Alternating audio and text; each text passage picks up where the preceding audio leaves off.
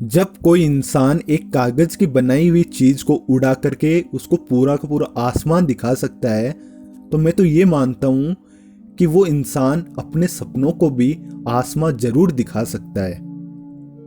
मकर संक्रांति का त्योहार एक ऐसा त्योहार है जो एक जवान व्यक्ति को और एक वृद्ध व्यक्ति को उसके बचपन के दिनों की फिर से याद दिला देता है, क्योंकि ये एक ऐसा फेस्टिवल है जिसमें सुबह से लेकर के शाम तक आप में जोश, उल्लास, उमंग एक नेक्स्ट लेवल पे होता है। जैसे जैसे हम बड़े होते जाते हैं, हम फेस्टिवल को उस हिसाब से एंजॉय नहीं कर पाते जिस हिसाब से हम एंजॉय करते हुए आ रहे थे। ये पता नहीं किस कारण से होता है, लेकिन जैसे जैसे बड़े होते हैं ये चीजें सभी के साथ में होती जाती है। आपको किसी भी फेस्टिवल को दिल से एंजॉय करने के लिए दिल से बच्चा तो बनना पड़ेगा, क्योंकि एक बच्चे ही फेस्टिवल को ढंग से एंजॉय करते हैं। मैं Praveen Sharma, unique self talk का क्रिएटर, आज आपको कुछ ऐसी बातें बताऊंगा जिन्हें आप अपनी लाइफ में रिलेट जरूर कर पाओ। मकर संक्रांति के उत्सव की शुरुआत सिर्फ उसी दिन से नहीं होती है।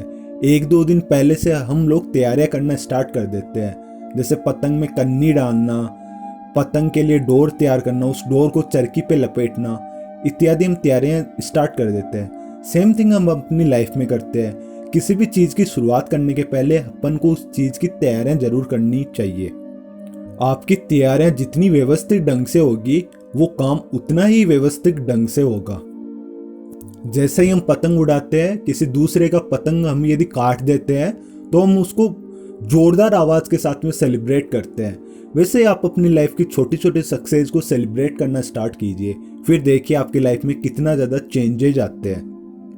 तीसरी बात ये कि आप चाहे पतंग उड़ा रहे हो या फिर आपकी पतंग कट जाए, आप उस चीज़ को सेलिब्रेट करते हो, आप उस चीज़ से दुखी नहीं होते। जैसे आपने पतंग उड़ाना स्टार्ट किया और आपकी पतंग कट गई तो आप उस चीज़ से दुखी नहीं होते हो, आप दूसरी पतंग लेकर के उसको उड़ाने की तैयारी करते हो। सेम थिंग अपनी लाइफ में भी रखो कि जब आप किसी एक काम में अनसक्सेसफुल हो जाओ तो कोई दूसरा काम ऐसा लेकर के आओ जिसमें आपको ये लगे कि हाँ, मैं तो इसमें सक्सेस जरूरी होऊंगा।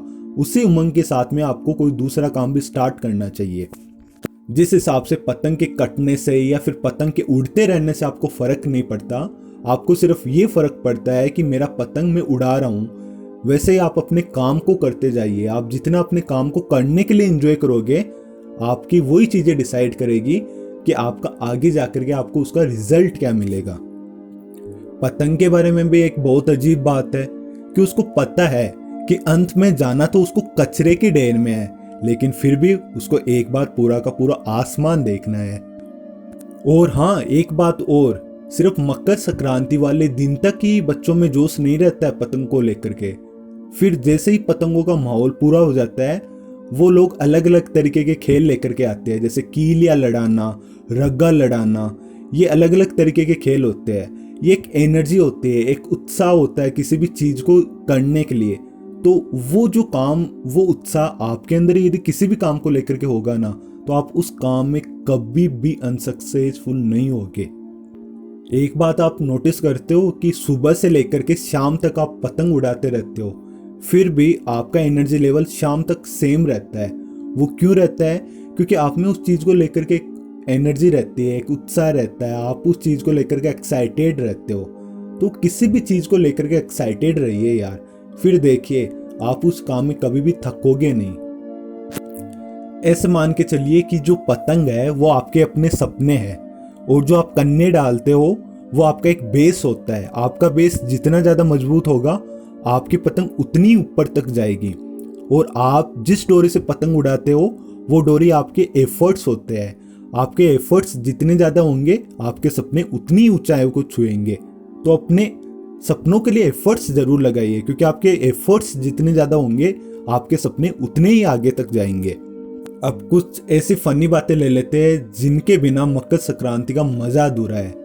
पतंग उड़ाने से ज़्यादा पतंग लूटने में ज़्यादा मजा आता है, और पतंग लूटने का सबसे बेस्ट तरीका होता है किसी पतंग में कीलियाँ डालना। लोग बोलते हैं कि जब आपके पैर की सबसे छोटी उंगली पे चोट लगती है तो वो चोट सबसे ज़्यादा खतरनाक होती है, वो सबसे ज़्यादा दर्द देती है।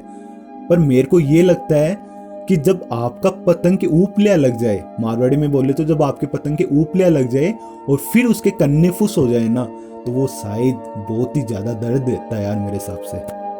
किसी की पतंग काटने में उतना मजा नहीं आता जितना पतंग काटने के बाद में हम जब जोर से भीम बारा भीम काटा बोलते हैं, उस वर्ड्स में जो मजे आते हैं वो किसी की पतंग काटने में नहीं आते हैं। मकर संक्रांति के समय आपको कुछ ऐसी बातों को जरूर ध्यान में रखना चाहिए जो अति आवश्यक है। पहली बात तो ये कि आप प्लास्टिक मांझे का उपयोग बिल्कुल भी ना कीजिए, क्योंकि प्लास्टिक मांझे से बहुत सारे लोगों की गर्दनें कट जाती है। जो छोटे बच्चे प्लास्टिक मांझे से पतंग उड़ाते हैं उनकी अंगुलियां कटने के और हाथ कटने के चांसेस बहुत ज़्यादा होते हैं। तो आप प्लीज़ प्लास्टिक मांझे का उपयोग बिल्कुल भी ना कीजिए। दूसरी बात ये कि यदि आप छत पे पतंग उड़ा रहे हैं तो थोड़ा दीवारों का ज़रूर ध्यान रखिए, क्योंकि क्या होता है एक्साइटमेंट में हम लोग दीवारों का ध्यान में नहीं रखते हैं और वहाँ पे इंजरी होने के चांसेस बहुत ज़्यादा रहते हैं।